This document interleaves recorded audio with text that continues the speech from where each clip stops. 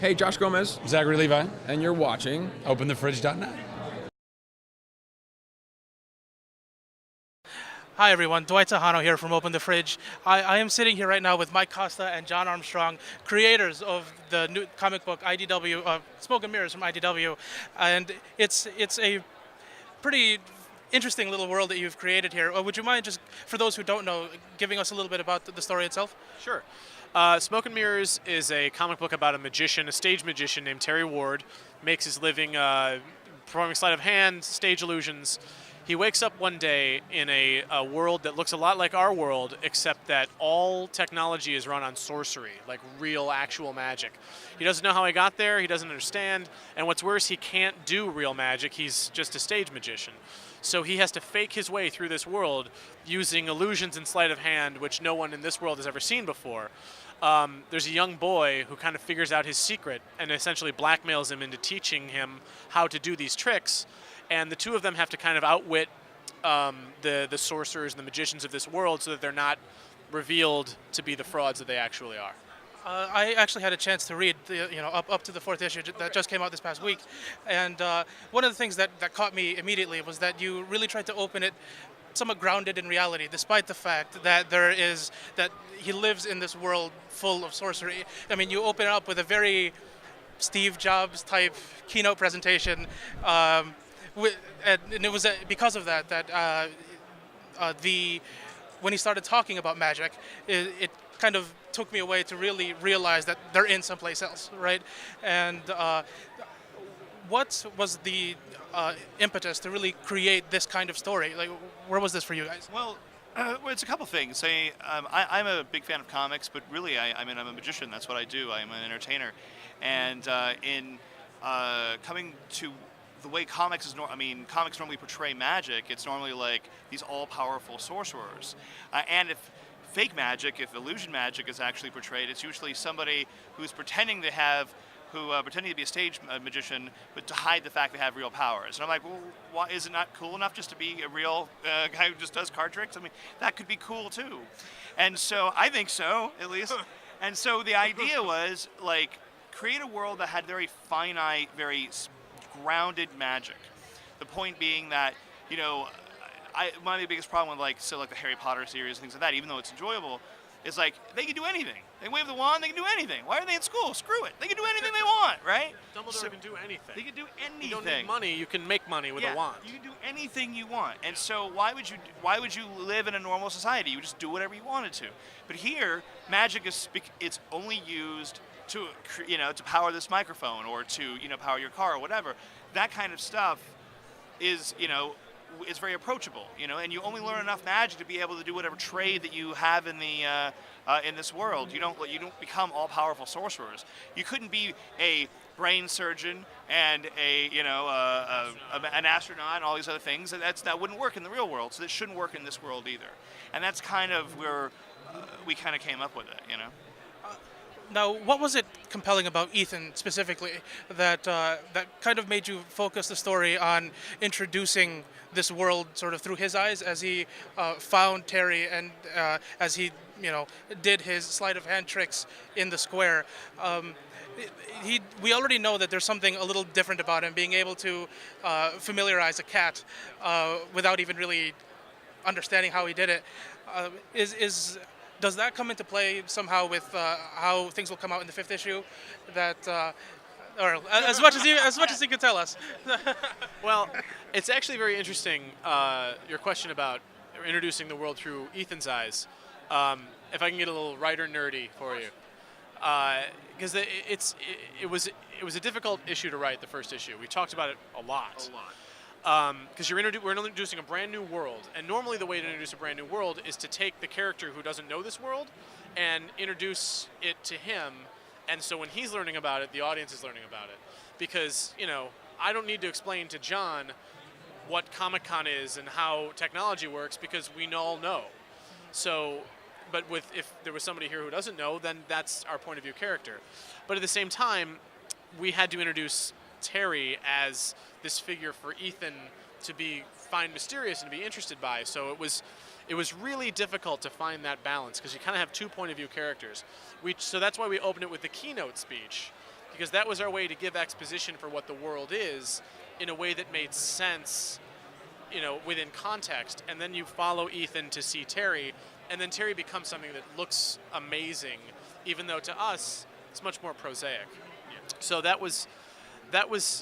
I'm glad you asked that question, because it's the thing I'm kind of most proud of, is kind of doing my best to crack that. I mean, the readers decide how good a job I did, but I did the best I could do. I think I found a good solution for that.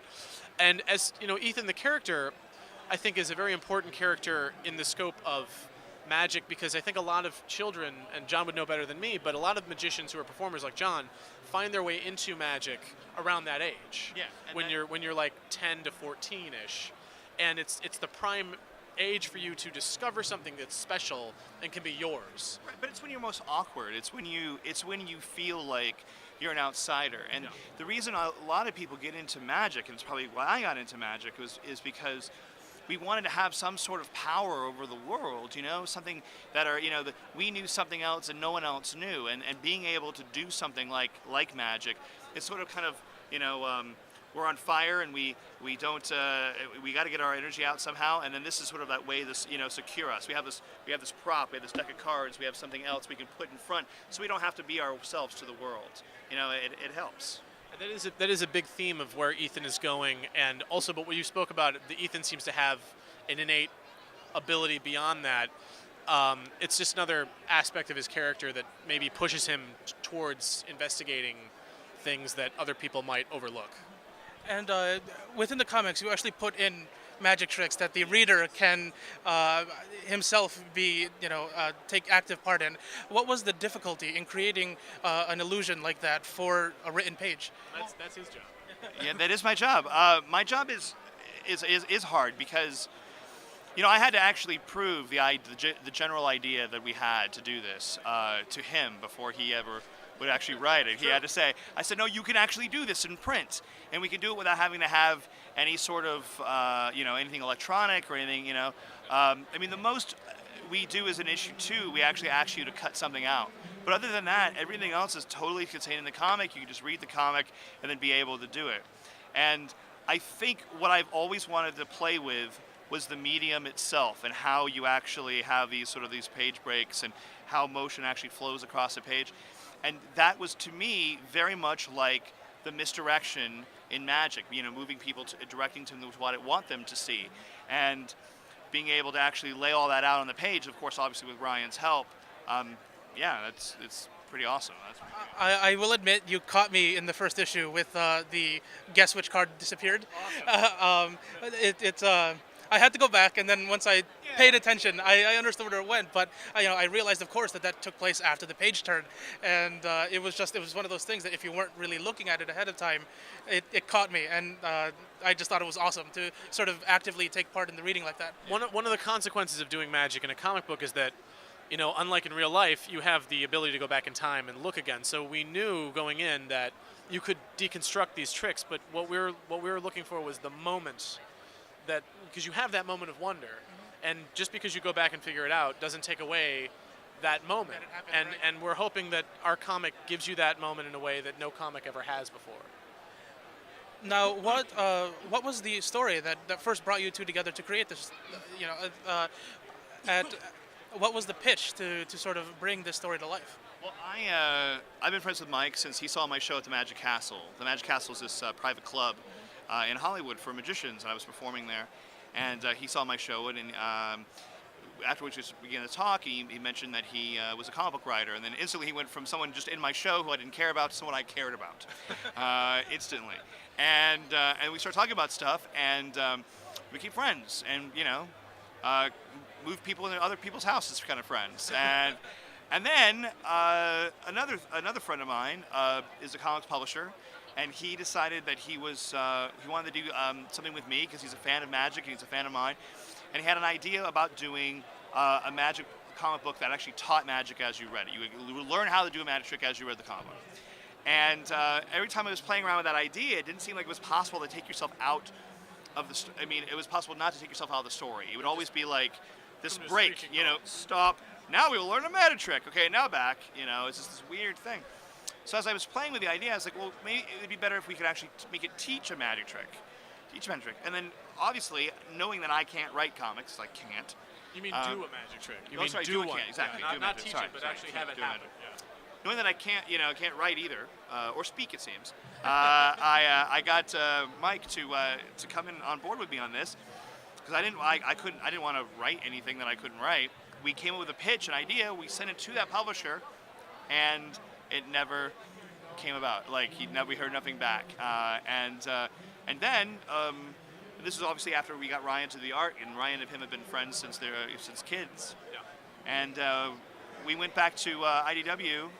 We were at a WonderCon.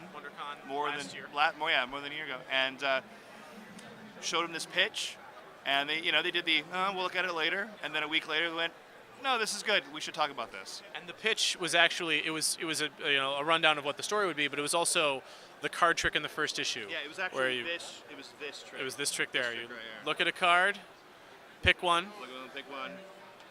Takes the No, card it's out. gone. Now your card's It's gone. gone. So that was 2 pages that we had Ryan draw for the pitch, and that sold the comic because they passed it around the table, and everyone said, "Wow, that's something new," and which is what we were hoping for. Yeah, that's the Now, as for you as a writer, this is a little different than some of the stuff you've done before. You're known for having done G.I. Joe, which was very well done, if I do say so. It was described to me as the HBO version of G.I. Joe. That's Blair Butler's line. Yes, we had interviewed her at last year's Comic-Con, and that was one of the ones that she had mentioned. So what was compelling about this, considering that it's a little different than the work you've done, that you wanted to come together to create it? Well, I don't want to keep doing the same thing. I love writing Cobra, and I'm still writing it, and hopefully I'll write it for a very long time. But and I think I never expected to be good at writing something like Cobra. It was never something I was interested in doing. They hired me to do it, and it turned out I was good at it. But I always wanted to tell different kinds of stories, and I love magic. I'm a member of the Magic Castle, which is how I met Jon. When Jon approached me to do this idea, doing a creator-owned book was already a goal of mine. But it's always hard. Creator-owned books sort of turn on like the high concept idea because people want the instant pitch. How does this work? What is it? It's a guy who switches bodies with a monkey, and then or whatever. It's got to be told to you in one sentence. And I felt like this was a high concept that was interesting and could work. And I think one of the reasons that people respond to my Cobra work is because it's about people's emotions. It's usually about people having horrible emotions, feeling guilty and doing terrible things to one another. But this is a story about emotions. It's a story about a boy who's looking for something more in his life and finding it and then trying to protect it and trying to, figure out what it is and trying to figure out his relationship with his mother and things like that. And that's what really brought me to the core of this was a big high concept, but it was really about emotions. And that's sort of the key of any good story. So that's a long answer to a short question. There are going to be 5 issues in this miniseries, is that correct? Now, at the end of the 4th, Terry found himself in not a great situation. Is there something you can tease about what we could look for in the 5th issue? Stuff will happen. Terry and Ethan try to find a way to get out of the situation, and it might not be the way that you would expect. Okay. But it has a definitive. Next issue is the final issue. It is one story. Okay, so you don't plan on continuing this world after this? We absolutely could, okay. but just so people know, this ends, and if there's more, awesome, and if not, well, we hope there is. But in September is when the trade paperback of this will come out, and you might have noticed that in the back of each of these issues there's been an essay. The final issue, issue 5, does not have an essay in it because it's actually extra long. He wrote more stuff. But in the collected edition, we're going to have some other really cool special features in it. One of those is that I'm writing basically a magic bibliography for the entire thing, where I go through and explain all the magic references, and trust me, there is a ton of them all throughout the book. So interesting stuff to research and look up if you're interested in magic at all. That sounds awesome. And as I said, I picked this up and I just immediately bought the rest of the issues. I had it on my tablet when I was flying here, and I was on Comixology on in-flight Wi-Fi, and I just read through all of them, just because I had to keep turning the page. So I am looking forward to see what issue 5 has to bring, and I wish you the best of luck. I will say this: issue 5 is the most action-packed yet. Magician action. Magician action. Magician action. I can get behind that. All right, thank you guys so much. I appreciate it. Take care.